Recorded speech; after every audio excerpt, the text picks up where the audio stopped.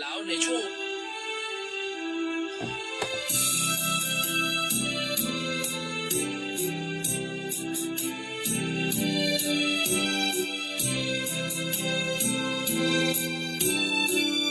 ฝากเพลงเสียงธรรมกับสายลมผ่านใจที่ชาติทำพันจัดรายการธรรมะเพื่อคุณร้อยคำรำพันฝากเสียงแววหวานถึงท่านนักบุญสโลงานพระเดชพระคุณพระธรรมเสนาบดีเกิดมาโชคดีได้ทำบุญสร้างสรรค์งานที่ใจรักใช้หลักทำนำชีวิตพาญาติธรรมร่วมกิจกรรมสร้างสมความดีบอกบุญผ่านทางสถานีถึงแฟนทั่วแดนโลกา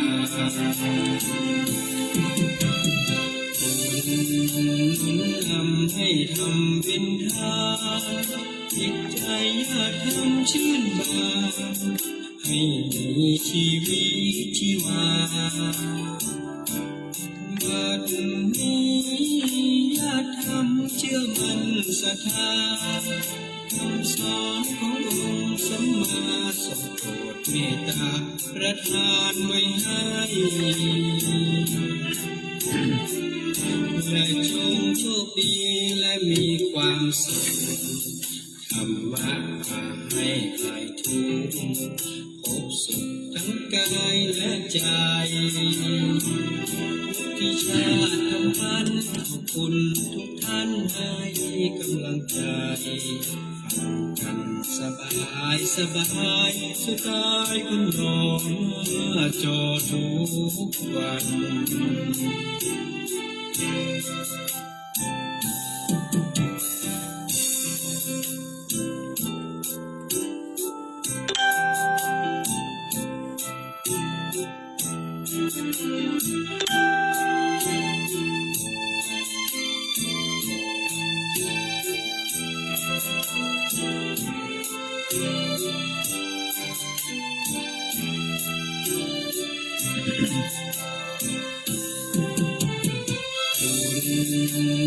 นำให้ทำเป็นทานจิตใจญาติธรรมปีใหม่สงกรานต์เทศกาลเล่นน้ำลดความร้อนอ่ำลงมาวันเดือนเหมาะล้ำ13 เมษาเฮาเข้าวัดวาสุมาพระเจ้าปล่อยนกปล่อยปลาดาตาลขันเข้าประเพณีเฮาบ่ละตะวันแรงลงไปส่งน้ำพระคารวะแก่เท่าขอพรหากเกยล่วงล้ำย่ำข้ามกำสอนขอยาแง่งอนอภัยกันเสี่ยงชำระกายใจฮื้อใส่มดเกลี้ยงลืมความขุ่นเคืองโคตรแค้นงานประเพณีดีงามแห่งแคว้นรักษาเหนียวแน่นยืนยงขอความสุขสวัสดีจงบังเกิดมีแก่ท่านผู้ฟังแฟนรายการฟังสบายสไตล์วุฒิชาติทางคลื่นสถานีวิทยุท้องถิ่นจังหวัดเชียงใหม่คลื่นพระพุทธศาสนาและจริยธรรม FM 96.0 เมกะเฮิรตซ์ขอบพระคุณพระเดชพระคุณหลวงพ่อพระธรรมเสนาบดีประธานมูลนิธิเพื่อการอุปถัมภ์รายการทุกรายการทางคลื่น FM 96ขอบคุณท่านผู้อำนวยการคณะกรรมการบริหารเจ้าหน้าที่ควบคุมห้องส่งวัดดอยสุเทพท่านอาจารย์พระมหาประสิทธิ์ประสาธิโกกับขอบพระคุณมากๆครับโดยเฉพาะยิ่งช่วงวันที่13 14 15นั้นก็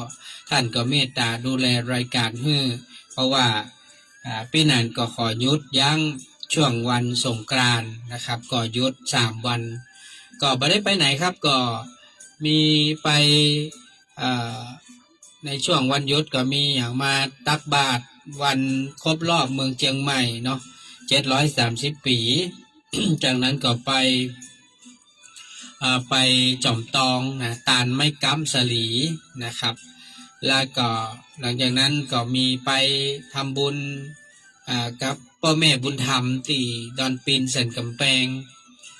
นอกจากนั้นก็ไม่ได้ไปไหนครับอยู่กับเหย้าเฝ้ากับบ้านถึง2 คนผัวเมียกับหมา1 ตัว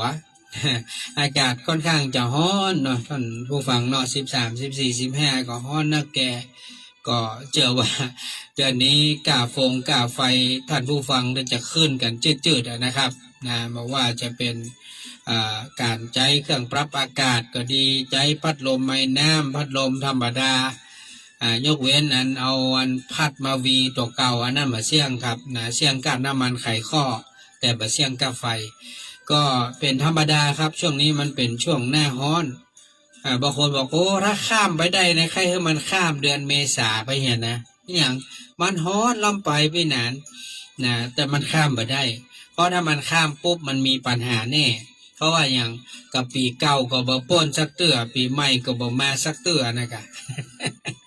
เนาะอย่างวันนี้อย่างปีนี้พี่นานก็เอาตามปฏิทินเนาะวันนี้วันที่15ก็ได้มาทำบุญนะครับแต่เจ้าสดไปวัดวังสีคำกรรมพอดี ก็ว่าจะไปตานทุเจ้าที่อยู่ต่างนอกเปิดเข้าไปในวิหารมดละท่านผู้ฟังพี่นานก็กลัวจะเข้ามาสถานีบ่ตันก็เลยต้องล่นเข้ามาสถานีก่อน แล้วก็ ได้เดินทางไปร่วมบุญงานสืบชะตาที่วัดเจ็ดลินก็ทุเจ้าเปิ้นก็บอกว่าประมาณ9 โมงปลาย10 โมงนะพ่อนานบ่ได้ละน่าจะต้องเข้ามาคุมรายการเพราะว่าตุลุงวัดประเสาน้อยก็บ่อยู่วันนี้ก็บ่ว่างจัดรายการก็เลยต้องดูแลรายการแทนตั้งแต่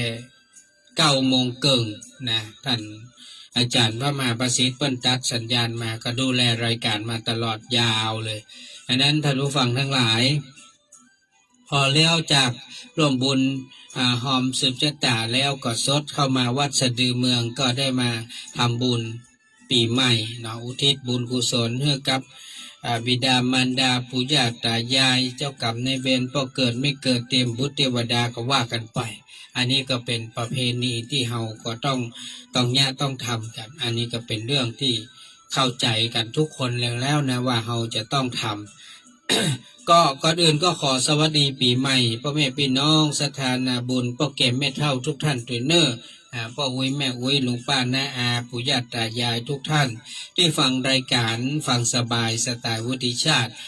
ปีนี้ก็ก้าวย่างเข้าปีที่21ละที่เฮาอยู่ด้วยกันมาก็ถือว่าทุกคนที่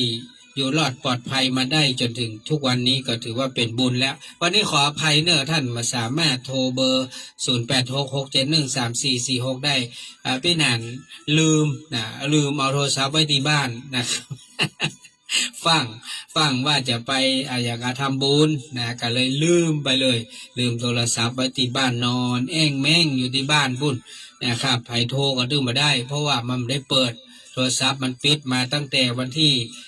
12นะมาจนถึงวันที่15 16วันนี้ก็ยังไม่ได้เปิดโทรศัพท์ด้วยนะ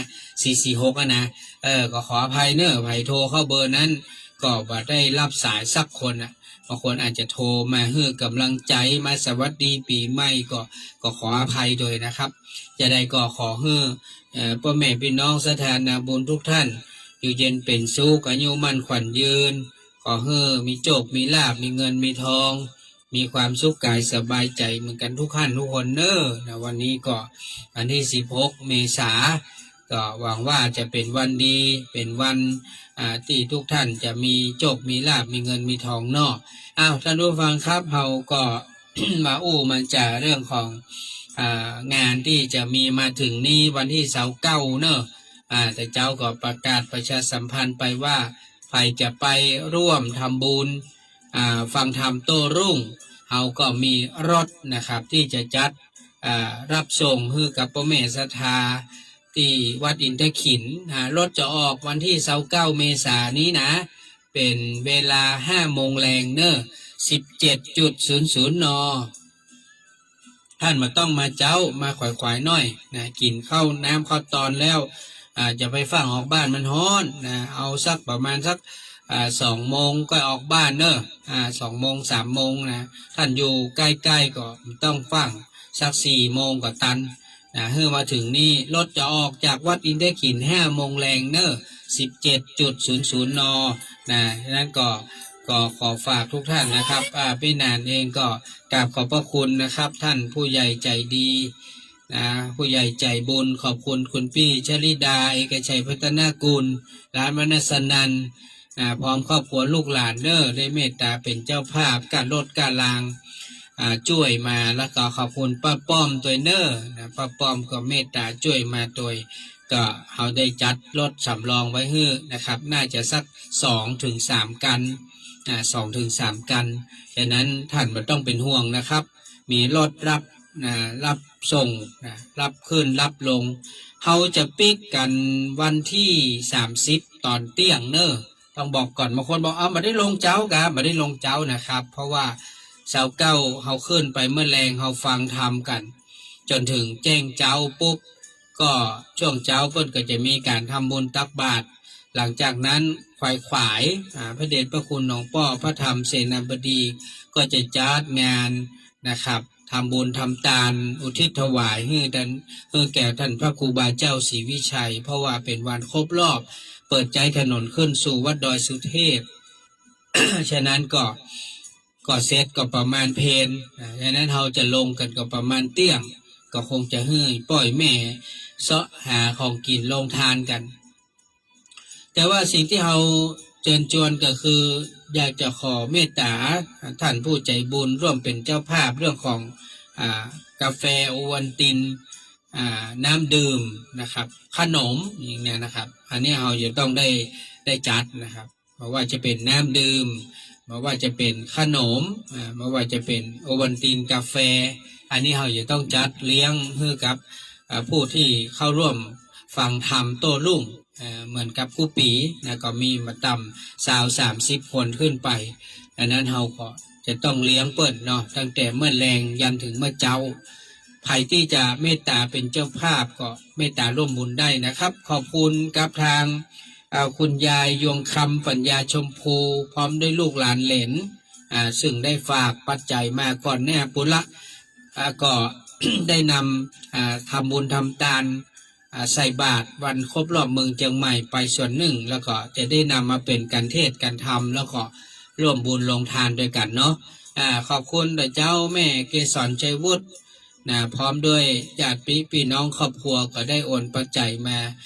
บอกว่าขอร่วมกันเทศน์กันทำแล้วก็ขอหอมลงทานตัวน้อยหนึ่งกาแฟโอวัลตินก็ให้พี่นางจัดสรรให้กรรมก็ขอบคุณเป็นอย่างมากที่ได้เมตตาร่วมบุญฉะนั้นใครที่ฟังรายการวันนี้ท่านจะใช้โทรศัพท์ก็คงจะต้องใช้เป็นหมายเลข064-616-9598เนอะ064-616-9598สำหรับท่านที่อยากจะร่วมบุญในส่วนของโรงทานไม่ว่าจะเป็นน้ำดื่มไม่ว่าจะเป็นในส่วนของขนมโอวัลตินกาแฟนะครับที่เราจะจัดเลี้ยงให้กับผู้เข้าร่วมฟังธรรมโต้รุ่งการเทศน์การธรรมนั้นเราก็คงจะบ่ได้ไปเจาะจงอย่างมากมายนะเพราะว่าเราก็เสาะเท่าที่เราเสาะได้ส่วน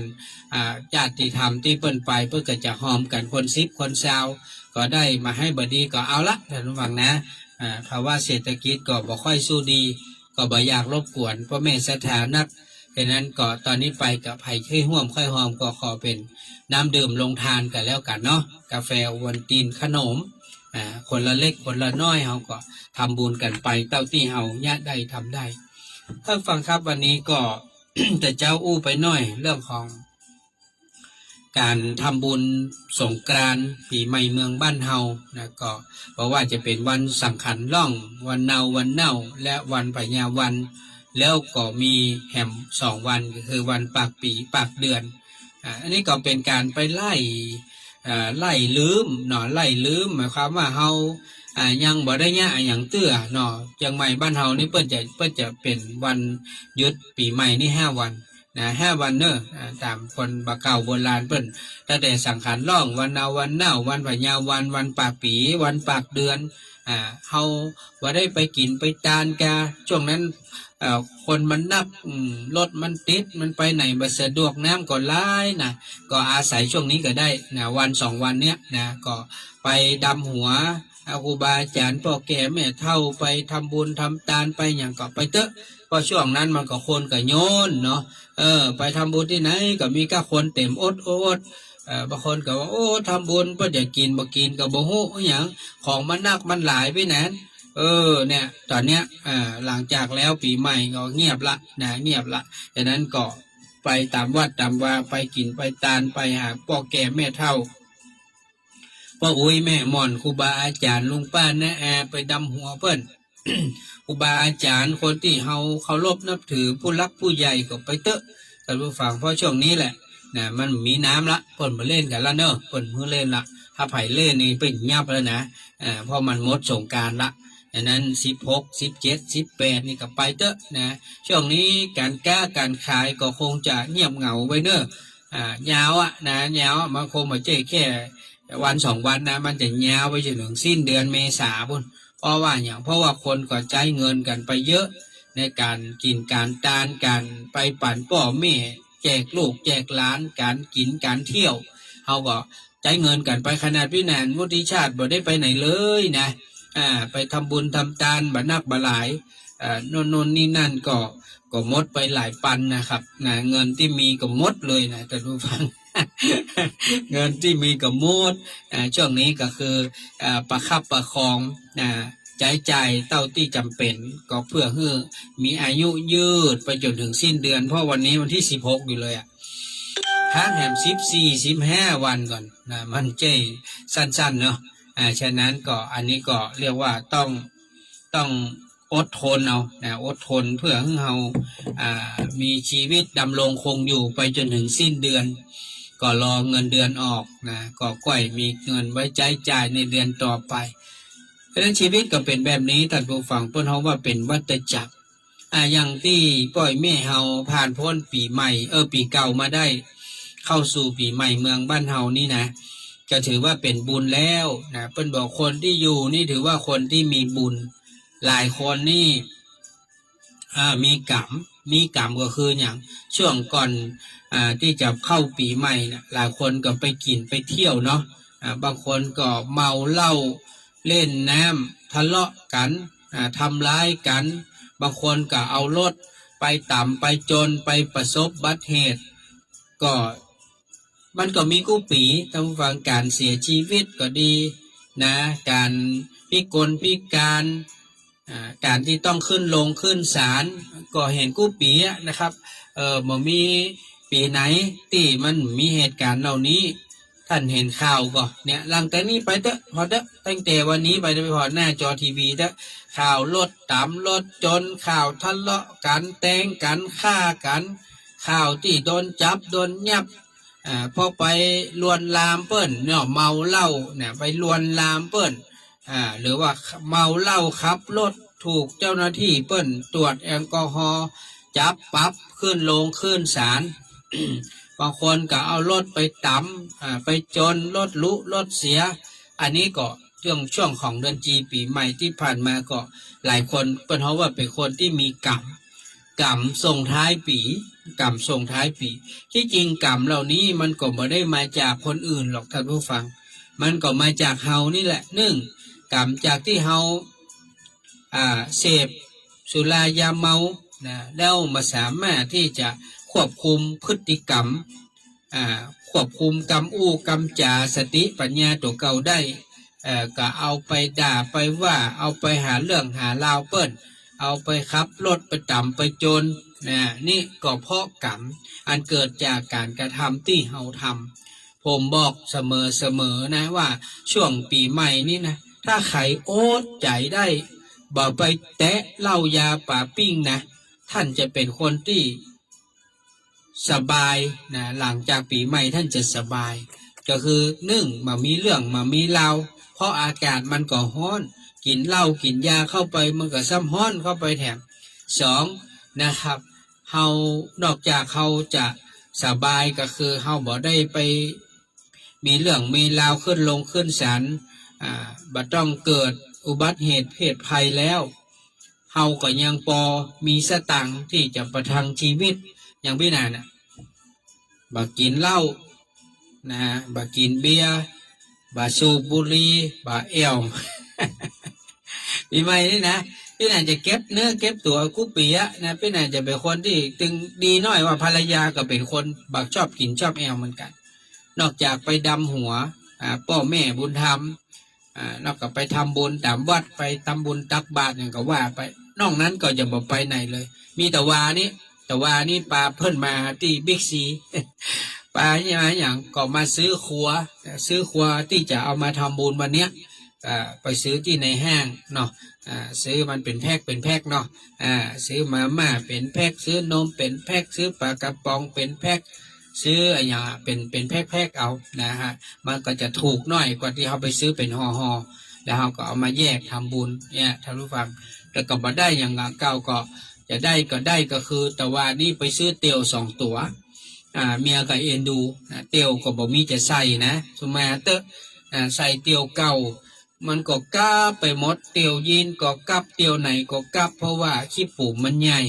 นะก็คือมันตุ้ยขึ้นแล้วก็เตียวโมเนี่ยมันซื้อมาเมื่อ2 ปี3 ปีที่ผ่านมาแล้วก็บ่ได้ซื้อเตียวใหม่มีอยู่ตัวเดียวกะเตียวยีนก็ยังจะลูกกลับอยู่นะเพราะว่ามันตุ้ยขึ้นเนาะจากนั้นก็เลยใส่เตียวแบบอึดอัดกูวันเมียก็เอ็นดูเมียก็ยุว่าซื้อเลย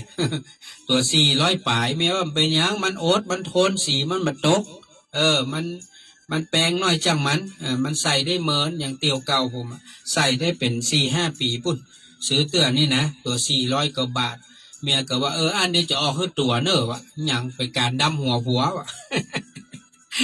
เมียก็ซื้อตวงแล้วผมก็ซื้อตวงได้2 ตัว ซื้อเตียว2 ตัวแต่รู้ว่าอันนั้นก็ไปที่หนองเงือกอันนั้นไปจอมตองเนาะมาตักบาตรวันที่12ตักบาตรที่อนุสาวรีย์3 กษัตริย์ที่ปล่อยแม่เฮาห่วมประมาณ60 ชุดนะครับแล้วก็ใส่สตางค์ตัวก็ทำบุญตรงนี้เสร็จแต่ก็มึนหัวเหมือนกันนะเพราะตื่นเช้าเนาะตื่นเช้ามากเพราะว่าต้องจะเตรียมของครัวแล้วก็ซดไปที่จอมตอกเพื่อไปตานไม้กำนะเอาลายจื่อลายนามปล่อยแม่ที่ห่วมหอมเอาตีดแปะไม้กำใหญ่ๆโยกแขนก็ซ้ำมาเค็ดเหรอมันนักเนาะยกแขนกำลังจะหายปิกมาเค็ดเหรอนะทำให้มันแล้วใจไปเนี่ยแล้วก็ไปไหว้พระธาตุปีเกิดส่งน้ำพระเจ้าเรียบร้อยก็ปีกออกมาก็ไหนๆก็ภรรยาว่าใครได้ผ้าใหม่สักชุด2 ชุดก็เปิ้นได้ยินว่าที่หนองเงือกหนองเงือกป่าซางเปิ้นมีงานขายผ้าขายครัวก็เลยปาเปิ้นโซดไปเอวกรรมเป็นวันสุดท้ายละผ้าครัวก็บ่ค่อยมีละเปิ้นเก็บไปแห่หมดได้มาแห่ชุ่นกะภรรยาก็ได้มาชุ่นได้เตียวได้อย่างเปิ้นผมก็ได้เสื้อกับเตียวเดี๋ยวจะใส่มาให้พอถ้าจะวันพุกมาเนอะวันนี้ผมได้ใส่วันพุกจะใส่มาให้พอได้เตียวตัวเสื้อตัวมาถึงเปิงกับขนาดนะถ้าใส่ปุ๊บนี่คำว่าพี่หนานี่หายไปเลยเนอะกลายเป็นบ่าวน้อยเลยล่ะเพราะว่ามันสีมันประหลาดน้อยมันเป็นผ้าตัดปุดตัดปะอย่างมอง ใส่ดูมันมีเสื้อกับเตียวก็เลยซื้อถึงกู้นะเป็นชุดใหม่นะก็วันนี้มาได้วันนี้จะมาทำบุญที่จริงมาได้ใส่เสื้อแดงตัวนี้มานะใส่เสื้อขาวพอดีกิ๊กมาเตะกับเข้าปรากฏว่ามันเป็นน้ำกะทินะครับมันกระเด็นเป็นสีแดงสีเหลืองใส่เพื่อใส่ผ้าก็เลยจะเป็นถอดเอาไปซักบุญนะถ้าเจ้านี่ท่านเห็นว่าผมทำบุญนะที่วัดเจ็ดลินที่วัดยานอินทขินเนี่ยมันจะเป็นเสื้อสีขาวนะสีขาวนี่กลายเป็นว่าเอาไปซักตากปุ่นประเดี๋ยวนี้นะตากหลังห้องทรงปุ่นเพราะว่าเปื้อนน้ำกะทินะครับ ก็เลยเซาะไว้หน้าไว้หลังกันเนี่ยเอาเสื้อสีแดงเนี่ยที่มันอยู่ในห้องวิทยุเนี่ย นะก็เลยเอามาใส่แก้คัดไปก่อนเนอะถ้ามาอ่านก็จะได้โปรยตัวนะบุญเต๊ะเดี๋ยวเสื้อผ้ามาทิ้งไว้ในห้องวิทยุนะถ้ามาอ่านก็มีเสื้อใส่นะได้โปรยเสื้อนะจัดรายการนะ จัดเสร็จกับปอดบวมพอดี ท่านผู้ฟังครับขอบคุณนะอนุโมทนาท่านพระอาจารย์สุริยันบอกว่าก็เดี๋ยวจะไปอยากจะไปดำหัวอีแม่ที่แม่ออนสาธุเนอโมทนาเนอท่านพระอาจารย์สุริยันเนอขอบคุณมหาจันทร์โดยขอบคุณภายคุณของลุงซื่อคุณแม่สังวานจันเกียนอัมพรพิทักษ์รัตนันเนาะเข้ามาติดตามให้กำลังใจดังนั้นท่านผู้ฟังครับช่วงของปีใหม่ที่ผ่านมาก็ภัยที่รอดปลอดภัยอยู่ดีสบายแล้วก็ยินดีตัวยนะยินดีตัวยแล้วก็วันนี้ก็เป็นวันแห่งความหวังก็ขอให้ทุกท่านจะมีสตังค์เข้ากระเป๋ากันนักๆหลายๆเนอะเพื่ออย่างเพื่อบางคนก็จะได้เอาไปใจใจหนี้ใจสินปันป่อปันแม่พี่น้องลูกหลานบางคนก็ไปแล้วใจนะเดี๋ยวจะเอาไปให้ไปหอมเลี้ยงงานลงทานที่หั่นที่นี่เอาก็แล้วแต่ทุกท่านนะครับก็เอาปั่นเอากินเอาตาลไปก็ส่วนที่ท่านทำได้ก็ทำไปนะครับอันนี้ก็เป็นโอกาสของเราทุกท่านฉะนั้นในวันนี้สิ่งที่พี่นางอยากจะฝากบอกทุกท่านว่าเมื่อปีเก่ามันผ่านไปแล้วมันมีไอ้หยังที่มันยังข้างคาใจมันมีไอ้หยังที่มันยังบ่แล้วอกแล้วใจนะครับก็บ่เป็นหยังนะครับก็ปล่อยมันไปเหียนะไอ้ที่มันบ่ดีก็ปล่อยมันไปก้นกลับไปปีเก่ามันเข้าสู่ปีใหม่ก็เฮาก็เกิดดีอู้ดีทำดีแล้วก็ตั้งต้นตั้งใจต่อไปว่าตอนนี้ไปก็ขอให้ชีวิตของเฮามีแต่สิ่งที่ดีๆเกิดขึ้นเอาแค่ของเฮามีความสุขในแต่ละวันนี้ก็เอาละท่านผู้ฟังนะไม่ต้องไปหวังอย่างให้มันมากมายแล้วก็ไม่ต้องไปตั้งความหวังให้มันสูงเนอะทุกวันนี้นะไอ้พ่อไอ้แม่เฮาหลวดไปถึงลูกถึงหลานก็เหมือนกันจะทำมาหากินจะกล้าจะขายจะเนี่ยการทำงานอย่างกระจ้างอย่าไปตั้งความหวังอย่างไว้ให้มันสูงเพราะว่าความหวังที่เราตั้งไว้เนี่ยมันก็ยากที่มันจะได้หรือไปฮอดเพราะว่าในภาวะเศรษฐกิจแบบนี้ตะกี้ผมดูบอกว่าจะในFacebook TikTok ที่ไหนก็แล้วแต่สิ่งที่คนกำลังประสบก็คือว่าสตางค์มันวิตตีนขาดมือจะไปเอาที่ไหนมากินมาใจไอ้หมูที่ปล่อยเงินกู้ช่วงนี้ที่ถ้าจะมีลูกค้าหนักเนอะหมูที่ปล่อยเงินกู้นี่นะก็ฝากด้วยนะครับเนอะถ้าเป็นหมูปล่อยเงินกู้ก็ขอเมตตาจะไปเอาเปิ้นแปลงล้ำไปจากนี้ไปจนถึงสิ้นเดือนก็ประมาณเกินเดือนนะเกินเดือนก็ไม่ต้องเอาเปิ้นแปลงนะ100% 100% ก็พอละเนาะไม่ต้องไปเอา100% 110 120นะอินดูคนก็กำลังทุกข์กำลังลำบากถ้าคนเปิ้นบ่ลำบากเปิ้นตึงมายิบมายืมไผท่านผู้ฟังการยิบการยืมคนนี่มันเป็นเรื่องที่ทำใจยากนะที่เราต้องบากหน้าไปยิบไปยืมเปิ้นนี่นะแม้แต่ว่าจะไปกู้ก็จ้างเตอะนะครับท่านผู้ฟังมันเป็นเรื่องที่ยากมากที่จริงแล้วเนี่ยถ้าเป็นไปได้เนาะก็อยากจะให้หมู่ธนาคารทั้งหลายเนาะปล่อยเงินให้กับประชาชนแบบง่ายๆถูกๆหน่อยนะมันต้องเอาแปลงคือเปิ้นอาจจะยืมกันในระยะสั้นเดือน2 เดือน3 เดือนบ่ได้เอามาหมุนช่วงนี้แหละช่วงของแล้วปีใหม่ช่วงของการจะเปิดเทอมการศึกษาใหม่ให้ลูกหลานเนี่ยเป็นช่วงที่ทุกคนฮ้อนเงินเป็นว่าฮ้อนเงินดังนั้นก็ถ้าไผ่ที่พอจะมีสตุ้งสตางเนาะจะให้เปิ้นยิบเปิ้นยืมได้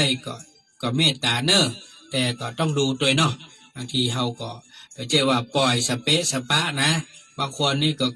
โตไปยิบตรงนั้นยืมตรงนี้แล้วก็บ่ใช้แล้วก็ไล่ยืมที่ใหม่ไปติ๊กๆอย่างนี้ก็จะลำบากหน่อยเพราะมันจะไม่มีเงินใช้นะมันเหมือนอย่างบางคนมีบัตรเครดิต3-4 ใบ เอาจากใบนี้ไปใส่ใบนี้เอาใบนี้ไปใส่ใบนี้หมุนแล้วหมุนแถมหมุนจนแอวไปจะปุดนะอันนี้ก็เหนื่อยเหมือนกันนะท่านผู้ฟังเนอะอันนั้นภัยประจำเป็นมันต้องมีบัตรเครดิตเครดิตเนี่ยเนาะมีแล้วมันเป็นตุกนะบ่ยืมก็บ่ได้ยืมก็ดอกเบี้ยก็ไม่ทุกๆนะดอกเบี้ยแพงตั้งแต่นี้ไปก็อยากจะให้เฮาท่านทั้งหลายใจสติกันให้นักๆหน่อยบอกว่าท่านจะกินจะใจท่านจะเนี้ยจะทำอะไรอย่างก็ขอให้ใจสติกันนักๆเพราะสตินี่จำเป็นมากนะท่านผู้ฟังนะถ้าเรามีสติในการกินการทานเรามีสติในการรักษาศีลเรามีสติในการฟังน้ำฟังธรรมเรามีสติอยู่ในขณะที่เราไหว้พระสวดมนต์ภาวนาสติเหล่านี้แหละมันจะทำให้เกิดสิ่งที่ดีที่งามมากมายแม้กระทั่งการที่เราจะกินจะใจอย่างเรามีสติรู้จักยับยั้งชั่งใจจะใจจะใจก็มีสติอยู่เสมอเปิดว่าถ้าสติมีสตังก็อยู่ถ้าสติหลุดสติหายสตังก็หมดเพราะว่าสตังนี่นะมันบ่มีสติควบคุมบ่ได้เห็นอย่างก็ค่อยได้เห็นอย่างก็ค่อยได้เนี่ยเนี่ยจะเอาวันนั้นจะเอานี่อย่างพี่นานแต่ว่านะว่าจะไปซื้อครัวใส่บาตรผลสุดท้ายไอ้ครัวใส่บาตรเสี่ยงประมาณสัก500นะ500 กว่าบาทแต่เนี่ยซื้อเตี๋ยวไป2 ตัวเสี่ยงไปเป็นพันเนี่ยพอแล้วมันด้วยความมันอยากได้ตัวเนาะเตี๋ยวมันมีจะใส่ก็ถ้าจริงก็บอกถ้ามีใส่ก็ตึมซื้อเก่าอันนั้นก็เนี่ยด้วยความจำเป็นท่านผู้ฟังคนเฮามันก็เป็นอย่างนี้แหละอันนั้นสตางค์มันก็หายากท่านผู้ฟังนะอันนั้นก็ฝากทุกท่านเนอะแล้วก็เอิ้นถึงพ่อแม่ศรัทธาเฮาเนอะวันที่29นั้นนะครับก็นอกจากที่เฮาจะได้ไปฟังธรรมโต้รุ่งแล้วพี่นันก็เรียกว่าจะจวนหมู่ญาติธรรมเฮาร่วมกันเนอะเอาน้ำข้าวมิ้นส้มปล่อยขึ้นไปตัวเนอะจัดน้ำข้าวมิ้นส้มปล่อยดอกไม้ขึ้นไปตัวนะเฮาจะได้ลวดไปสุมากาลาวะนะครับปีใหม่หลวงพ่อดอยสุเทพไปในตัวเนอะเพราะว่าเอามีโอกาสได้ได้เจอท่านเนาะฉะนั้นก็จะอาศัยวันที่29 เมษายนนั่นแหละนอกจากที่เราจะไปร่วมกันฟังธรรมโต้รุ่งจัดกิจกรรมถวายพระครูบาตามบัญชาตามดำริของหลวงพ่อดอยสุเทพแล้วเราก็จะได้ลวดไปสุมากาลาวะดำหัวปีใหม่หลวงพ่อดอยสุเทพเลยเนอะศรัทธาญาติโยมเฮานะดังนั้นวันที่29 เมษายนนี่ก็ขอให้ท่านเตรียมน้ำข้าวมิ้นส้มปล่อยขึ้นไปตัวพี่นันก็จะถือโอกาสตรงนั้นแหละนะเอาท่านทั้งหลายได้ไปสุมาคารวะพร้อมกันก็เป็นโอกาสเพราะหลวงพ่อตึงไปไหนนะ29-30 เมษายนกุปีหลวงพ่อก็จะอยู่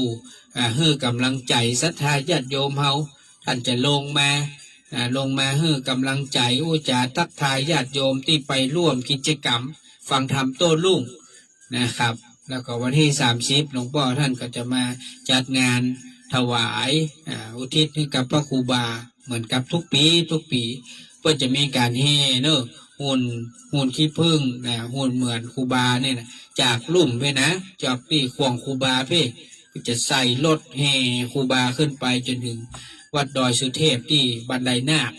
นะครับจากนั้นก็จะมีตุ้เจ้าป้านายนะครับได้ร่วมกันนะครับทำบุญทักษิณาถวายพระครูบาโดยฉะนั้นอันนี้ก็ฝากทุกท่านเด้อถ้าบางคน29บ่ได้ขึ้นสู้บ่ไหวไปบ่รอดก็ขึ้นไปเจ้าวันที่30ก็ได้เนอะเจ้าวันที่30นั่นน่ะประมาณสัก7-8 โมงก็ขึ้นไปเตอะนะครับเปิ่นจะเริ่มกิจการกันตั้งแต่ประมาณ9 โมงนะ9 โมงปลายยาวไปจนถึงเพลนเลยนะฉะนั้นใครที่จะขึ้นไปก็ขอให้เตรียมเสื้อผ้าไปหาคนละชุดเนอะพอดีอาจจะไว้พัดเปลี่ยนสมมติเจ้าละนะไปล้างหน้าล้างตาเปลี่ยนผ้าเปลี่ยนครัวเราก็จะได้ร่วมงานร่วมกิจกรรมกับหลวงพ่อดอยสุเทพต่อในวันที่30เป็นวันครบรอบ เปิดใจถนนขึ้นสู่ดอยสุเทพเป็นปีที่เป็นปีที่91เนอะเพราะว่าการเปิดใจถนนขึ้นดอยสุเทพครั้งแรกเกิดขึ้นเมื่อปี2479มันก็2478นะ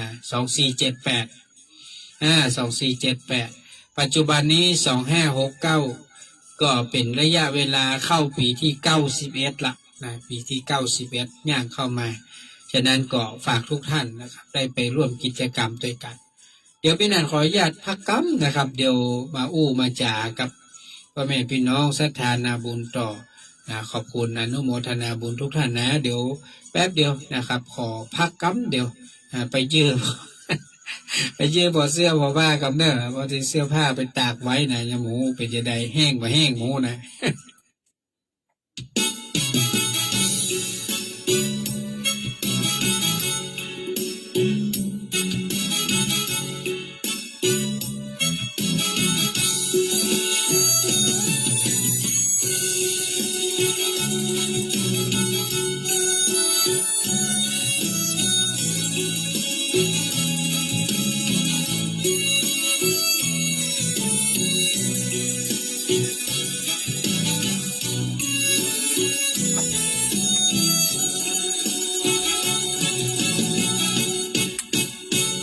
16 เมษาเป็นวันมหา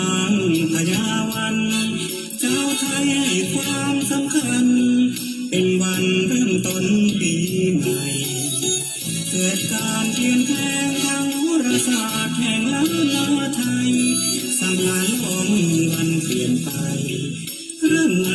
14 เมษา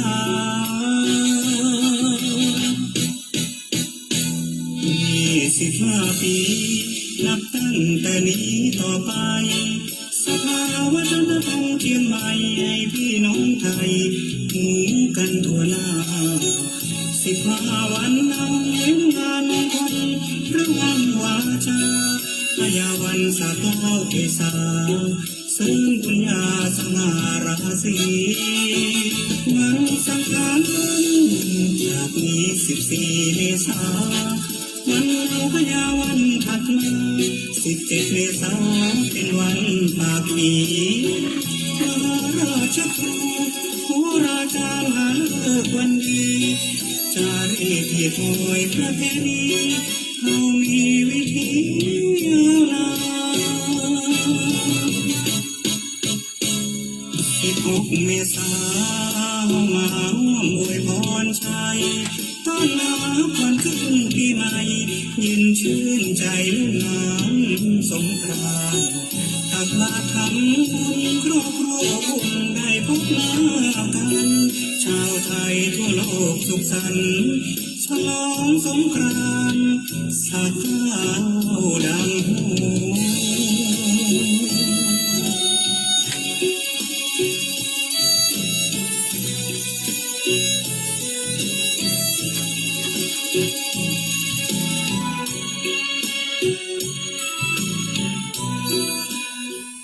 ครับก็ปีกมาอุจากันต่อเนาะก็ขออนุโมทนาบุญนะครับขอบคุณในส่วนของ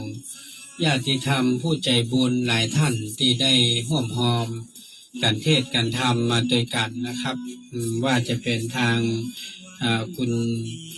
พี่ชลิดากัจจพัฒนากุลและมนัสนันพร้อมครอบครัวและลูกหลานคุณย่าปราณีปฏิสุวรรณร้านดำรงกัดหลวงพร้อมลูกหลานเหลนขอบคุณอนุโมทนาบุญกับคุณพี่ประภัสสรคุณดีเลกปาติกุลศิลาพร้อมด้วยครอบครัว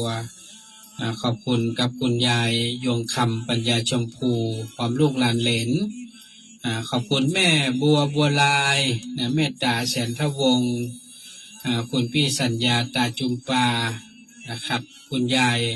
ระพีพันธ์นินล็อกฟองพร้อมลูกหลานเหลนขอบคุณแม่มัทนาอัมพันธ์คุณพี่สิริกรจันทรศิริน้องนลินน้องตะวันพ่อเจนนาถอนุโมทนากับคุณอุ่นลุงปอยพี่คณาพรปอกคำอนุโมทนาให้บุญศรีพี่สุปานีธรรมันอภิวัตธรรมันเด็กหญิงนันทนภัทรธรรมันนางสาวสุภาพรคุณนำแม่สีนวลรันจวนนะครับขอบคุณกับทาง คุณยายวิเยอะใหญ่เดี๋ยวนะครับคุณยายคุณยายลืมชื่อไปแล้วนี่นะเดี๋ยวรอนึกก่อนเนอะคุณยายคำปันวิชัยศรีพร้อมลูกหลานเหลนขอบคุณพี่ไอประสิทธิ์นะคำปันพี่นานประสิทธิ์เนาะตอนนี้เป็นพี่นานแล้วกันเนาะวันนี้16ถ้าจะลาสิกขาแล้วเนาะพี่นานประสิทธิ์คำปันพี่กุณิภากันทักจันทร์พร้อมด้วยบุตรชายอนุโมทนาแม่เรวดีจันเรืองนะครับขอบคุณคุณยายสุรี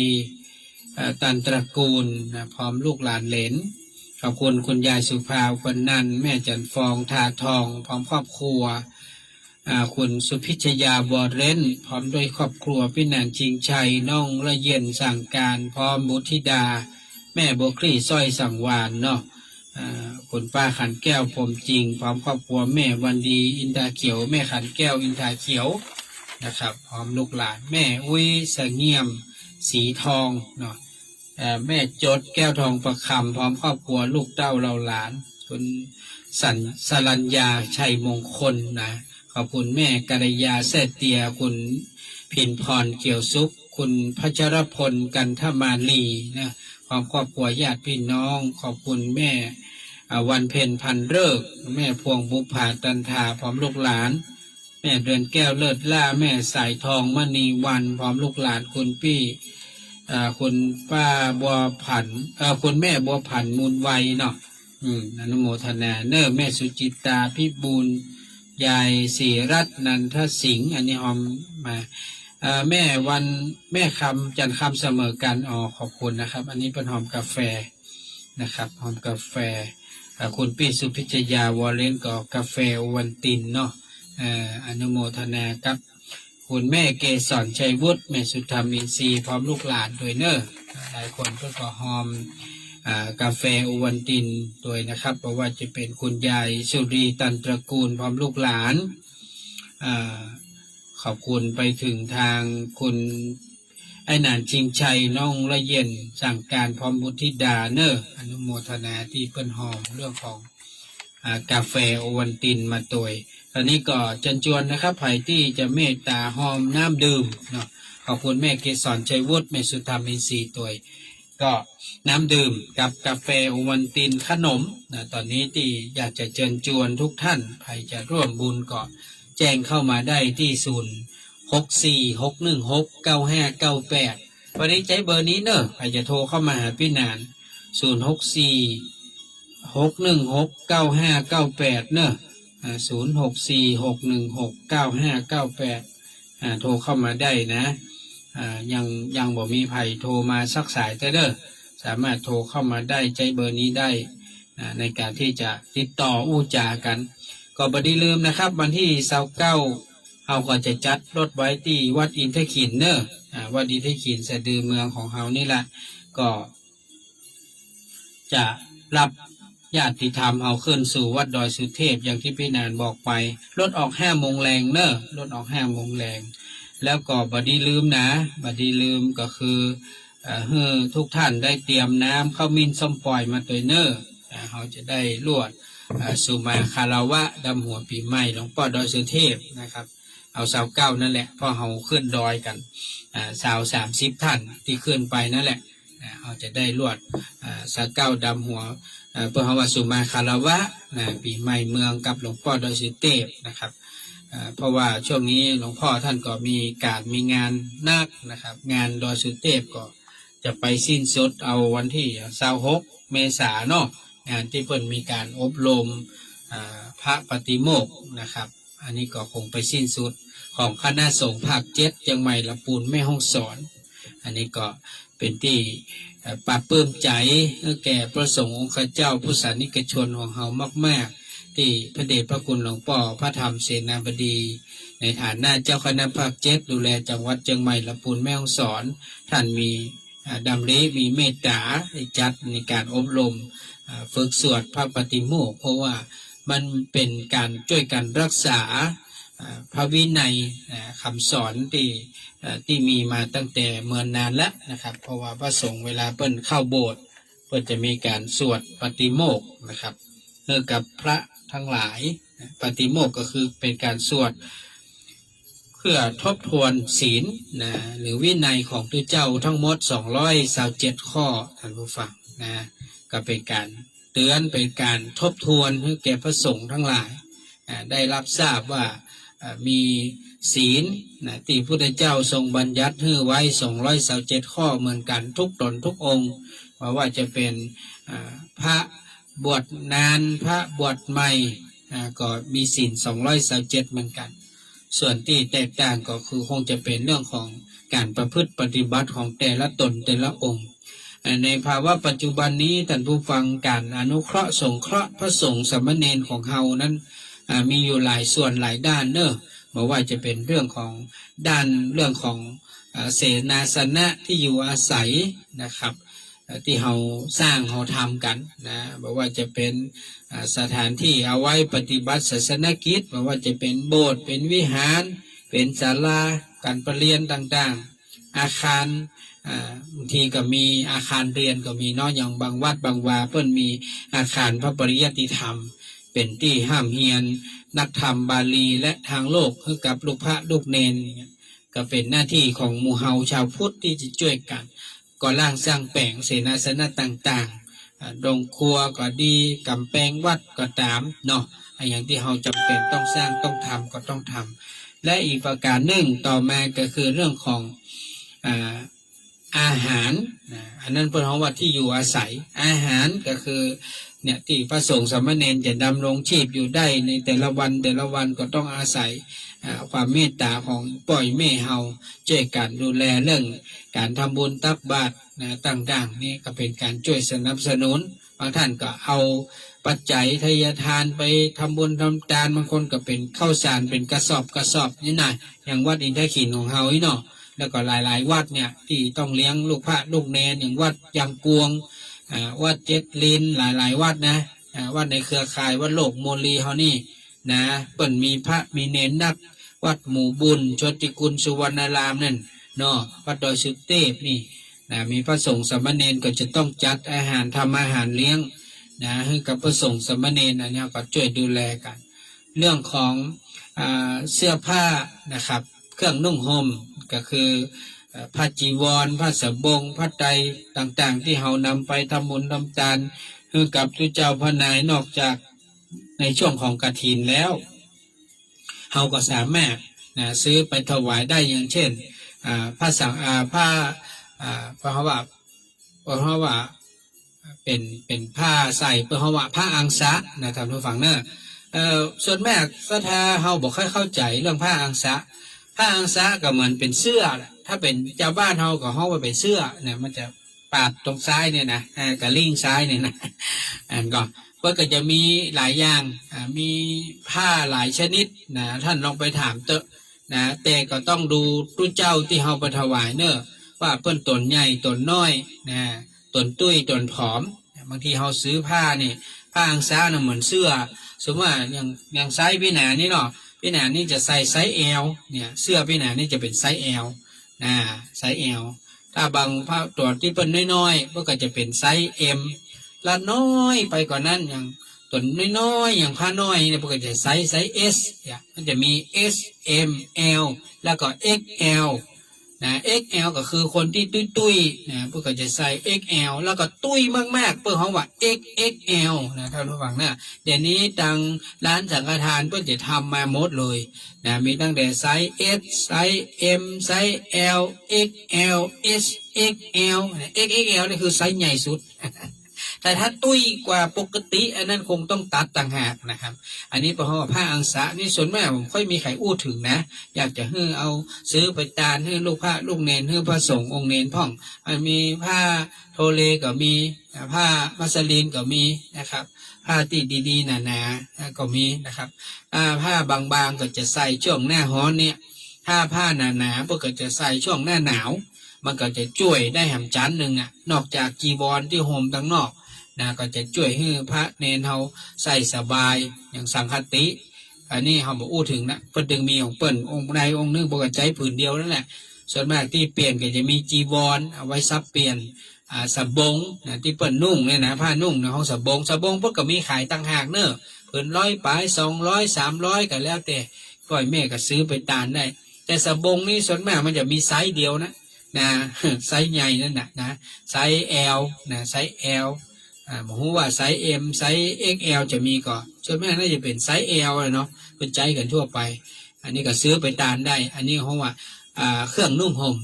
นะครับแล้วก็เรื่องที่จะฝากแหมันก็คือเรื่องของยุกยาเภสัชนะท่านผู้ฟังเนอะช่วงนี้เป็นหน้าร้อนพระสงฆ์สามเณรต้องใจอย่างท่านผู้ฟังหน้าร้อนนะยุกยานะเราก็ลองดูหรอว่าอย่างที่เกิดเปิ้นเป็นเจ็บเก้าเมาหัวเป็นลมเป็นแรงไปเนี่ยอันเนี้ยก็จะต้องใช้ยุกยาที่เอาไว้ดูแลรักษาเปิ้นนะครับฉะนั้นก็ฝากท่านผู้ฟังทุกท่านนะช่วยดูแลพระสงฆ์สามเณรเฮาตัวอย่าได้ละได้ทิ้งเปิ้นนะถ้าบ่มีเปิ้นมีไผเฝ้าวัดเฝ้าวาให้หมู่เฮานะมีไขปฏิบัติปัดปู่วัดวาอารามบ่มีไขไหว้พระสวดมนต์เจ้าแรงบ่มีไขนำพ่อแม่ศรัทธาเฮาปฏิบัติธรรมกรรมฐานมีไผฮื้อศีลฮื้อธรรมแก่เฮาดังนั้นช่วยกันดูแลในปีใหม่นี้ก็ขอฝากไว้ช่วยกันดูแลต่อไปเนอะขอให้ทุกท่านอยู่เย็นเป็นสุขกันกุ้งรุ่งเรืองอายุมั่นขวัญยืนพ้นทุกข์พ้นโศกพ้นโรคพ้นภัยข้อหามยำร้ายทั้งหลายทั้งปวงอย่าได้มากล่ำมากลาย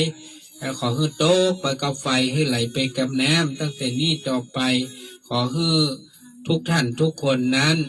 จงเจริญด้วยอายุปีอายุเดือนอายุวันอายุยามเหมือนกันทุกคู่ทุกนามสิริอายุจะวันโนจะโพคังวุธีจะยสวาสตวสาจะอายุจะชีวสิทธิพวันตุเตอโรคยาปรมาลาภาสันตุทีปรมังทนังวิสาสาปรมายาตีนิพพานังปรมังสุขังโชคดีปีใหม่ทุกท่านนะครับสวัสดีครับสร้างกุฏิและพระวิหารวัดวาอารามทั่วแดนลาวท่านสร้างถนนขึ้นวัดโดยสุเทพเชียงใหม่ท่านสร้างโรงเรียนมากมายให้เด็กทั้งหลายได้เรียนศึกษาสร้างอนามัยคนเจ็บป่วยไข้ได้ไปพึ่งพาสร้างสะพานสัญจรไป